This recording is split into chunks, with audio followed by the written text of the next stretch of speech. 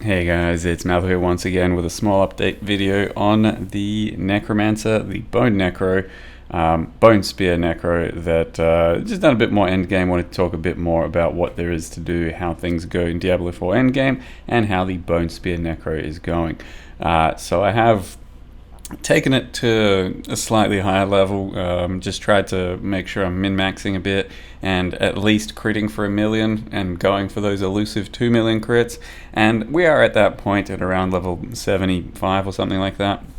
And started to crit sometimes for high 2,000,000 damage, as you can see in clips like this. And it feels pretty damn good. What's basically happened is just tried to min-max some of the gear, so make sure I got the right affixes here or there, bit of extra crit damage, extra vulnerable damage, all that sort of stuff, and still chasing down a really good weapon, which is just all about running around looting ancestral sides and hoping for the highest item power on it, as well as the right affixes on it, or at least one of them that you can re-roll. You can see the world boss got slightly buffed, and basically whenever I go in with my damage is when this thing just starts chunking, like right now. Put in a bunch of damage, and even with a team of a whole bunch of like 70s, 80s, 90s, the Bone Necro seems to do quite a lot of the single target. I've yet to do any content where I wasn't absolute king penis of DPS, but I'm aware that there are some other things that are going to do lots of damage as well. I just haven't really been in a group with them during either World Boss or Legion events or whatever it is. So as far as I can tell, Bone Necro is going to be one of the better damage dealers out there at the moment. Might not be the most well-balanced class, I'm not too sure. I don't have huge amounts of mobility, obviously, and huge amounts of defense, but so far, so good. It has taken me to Nightmare Dungeon 40s, something like that, without pushing any harder. And mid-level 70s, and doing all the content that is currently available to me pretty easily. The only stuff that really starts to get hard is, of course, the Nightmare Dungeons. They start to get higher level, so we're running our own content and it's level appropriate. It's always going to scale with you, so currently level 75 or something, and then all the stuff around you is going to be that level. The world boss goes up to 90, otherwise everything sits at that rough level. This is a Legion event where you group up with a bunch of people in a very clear way of seeing the disparity between sort of our damage ranges, especially when the pillars come up. That's when I get to just like one tap them while other people are working away at them.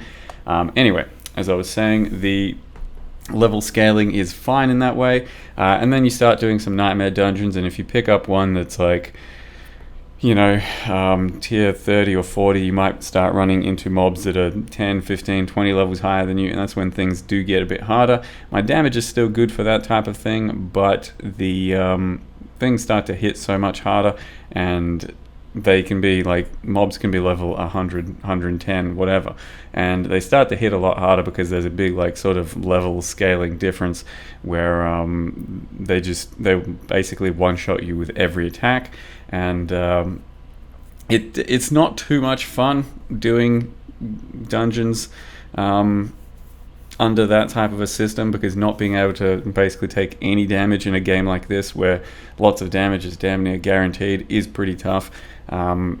So while I've got lots of damage and while I'm pretty ranged, it's tough to avoid all damage, and you may have to just start building tankier, and I think that's what some Bone Necros definitely do. You get to a point of damage where maybe you're critting for like 1,000,000, and you start investing heavier into defense. I've yet to really feel like I need to do that unless I'm pushing higher Nightmare Dungeons, which I'm doing barely any of, because it isn't really worth doing, first of all, and second of all, I don't really have many of the higher tier keys and stuff. You need to find them, you need to scrap your previous ones, and at the end of the day, I've still got a lot I'm trying to do just with the renown grind and all of that, and by the time I've wrapped that up, maybe I'll be geared enough to try out some other stuff, but Uber Lilith is the only real end game pinnacle achievement, and that's level 100, and you probably need to be around 90 plus to even really have a chance against that boss, because it will one-shot you for everything, it seems.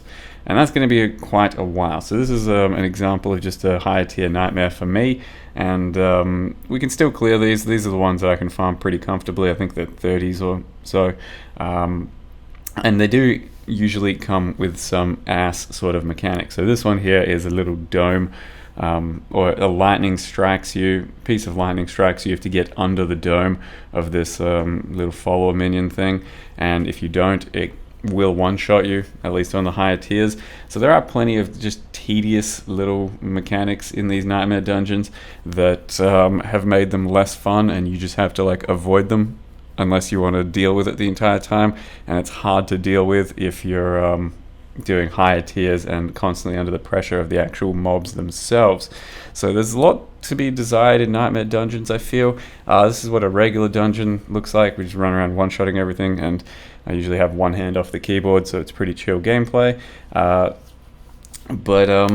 Yeah, nightmare dungeons for me so far have not been it. And even the dungeon system, there's still, as you can see, just lots of like run from one zone to the next with, I counted at some point, and it took me like 20 or 30 seconds to see a mob of just running down a hallway, and it can be a bit whatever. As well as that, just some of the layouts are pretty not very fun. Some of the little quests inside them, essentially just bounties, not very fun. And there can be some other affixes that are just downright punishing on the nightmare dungeon. So you either don't roll it, like never actually play it, or deal with it, and it's one of the worst experiences you'll come across. So we're talking one that drains your resource to 0 basically every time you get attacked. We're talking just some shit constantly following you throughout the entire dungeon, meaning you can never stand still or fight things at a normal rate. So there is some problems, I think, with the dungeoning system, but overall it is actually somehow one of the least meaningful things in the game. If you're just spending the rest of your time just doing everything else, you're going to have a good time, and you'll be like upgrading all of your gear slowly. If you then go into trying to do higher nightmares, I think that's when you start getting less rewards, less fun, and it just isn't really worth your time. That's been my experience so far. Don't know if that's correct, but that's how it's been on the Bone Necro. I do want to quickly go over the Bone Necro, see what, just show you what changes I've made since the last video, because we are more in an endgame sense right now, and I've made a couple of little side grades and stuff, and that's going to be kind of up to your own individual necros as to what you find and what direction you want to go. So let me just show you real quick. So here we are once again. I'm level now 77, and just a few little upgrades that I've made, or side grades. The most important one being the Temerity pants. So I've found these pants that give you barrier based off of your like overheal, and that includes life on kill from the scythe. So a lot of that is the reason that I now have a barrier in my build, and it took a bit of decision making to get rid of my other pants, because I had a lot of damage reduction in my other pants, and I think that's still perfectly fine to not have these pants and not have a barrier, but doing this enables me to basically have a legendary power that gave 38% more damage while you have a barrier. So I then kind of built a bit more into that. So life on kill is what gives us a lot of barrier, as well as that potioning. So if I use a potion out in the wild, if that's allowed, let me show you real quick. So like I wrestled with the decision to actually put this on, so I'm not even sure it's strictly correct, but it does give you the access to this power. I had a lot of extra defense on my pants, so yeah, it was a tough one to get a hold of, but it does give us a lot of barrier in plenty of situations, so it should be kind of a strict upgrade. There's a Hell Tide going on. So you can see just, that's my life right there. you press a potion and it will give you a barrier, and it will also keep giving you barrier based off the overheal. Life on kill gives us lots of barrier, so for the most part, if we've got lots of momentum, we're running around, we do sustain barrier at a pretty high level, and then that lets us use that. And the potioning lets you do it during just boss fights and all that sort of shit too. Or you can go more of a blood orb build with these pants as well. So that's the main difference in the build. Otherwise, just slight min maxes. So trying to get movement speed on your amulet goes a long way, as well as movement speed on your boots. Since we don't really have pure mobility, I'm getting closer to like as good a movement speed as I can have, and it does make a pretty big difference. By the point you have this level of movement speed, you barely even feel like you need to mount very often. But having the extra 3 dashes on the boots as well helps a lot in the end game. Sometimes you just need to do a lot of quick little dashes, and having 4 of them up your sleeve is pretty handy. So went for bone skill damage, bit of essence cost reduction as well, which puts my bone spear now at 21 essence with all the increases as well. And the main way that we sustain is still basically through this ring and with lucky hit. It doesn't do huge amounts, but on single target it does help a bit. But the main way to actually sustain is through the Paragon board and the on kill, this one over here. The reason that most of the time I can just stand there like right clicking away is the on kill effect. So on kill there and on kill there and on kill there. So I think it's 4 total essence on kill. If you're killing a lot of things, it pretty much like automatically just sustains always, and you never need to use your generator. Otherwise, there is the lucky hit thing. So I did also get lucky hit on my gloves. Basically found the perfect pair of gloves for myself, and it's got a lot of lucky hit, and that means that my bone spear is rolling through with 58% chance at the moment, and it really does make a difference for this ring to sometimes proc. There's another one that gives you essence on crowd controlling stuff, and you can fuck around with that one, and it might yield more in some cases.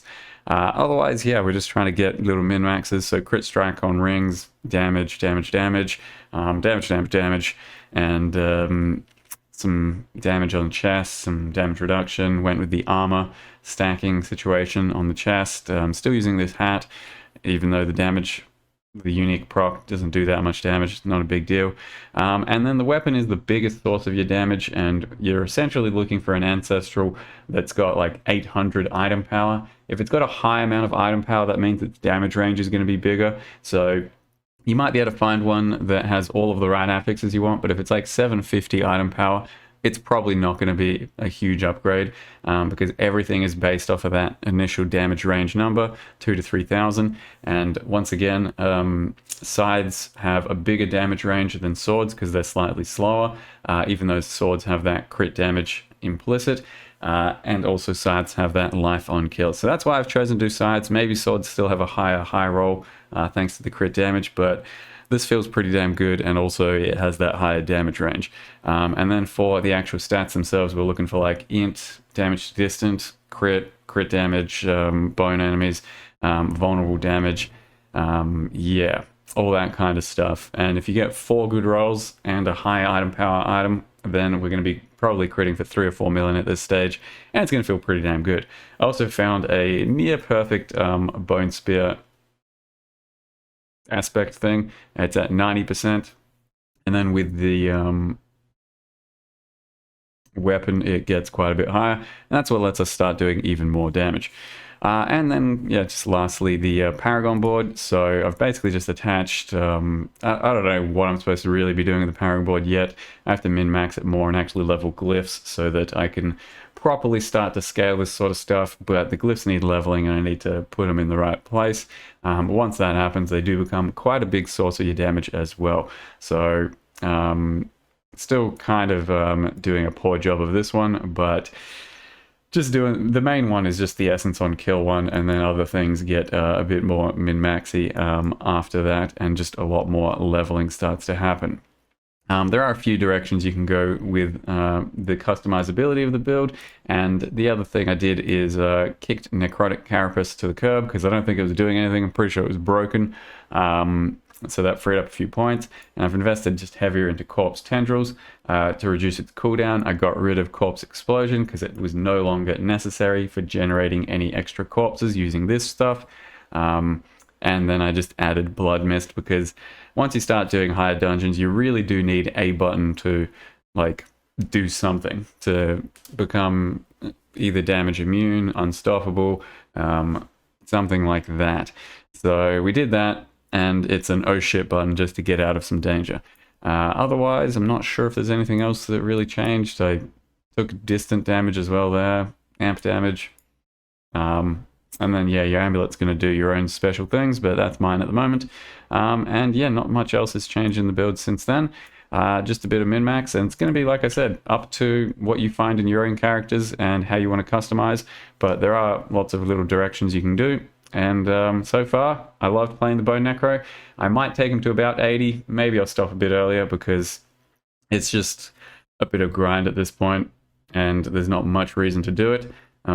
I would like to try Uber Lilith and all that, but that is still very far away, and I don't know if I have it in me. Might make one more character, and see how we go. Bone Necro, highly recommend it. Loved playing it. It gave me a very good Diablo 4 experience. Hope it does the same for you. Thank you very much for watching. See you guys next time.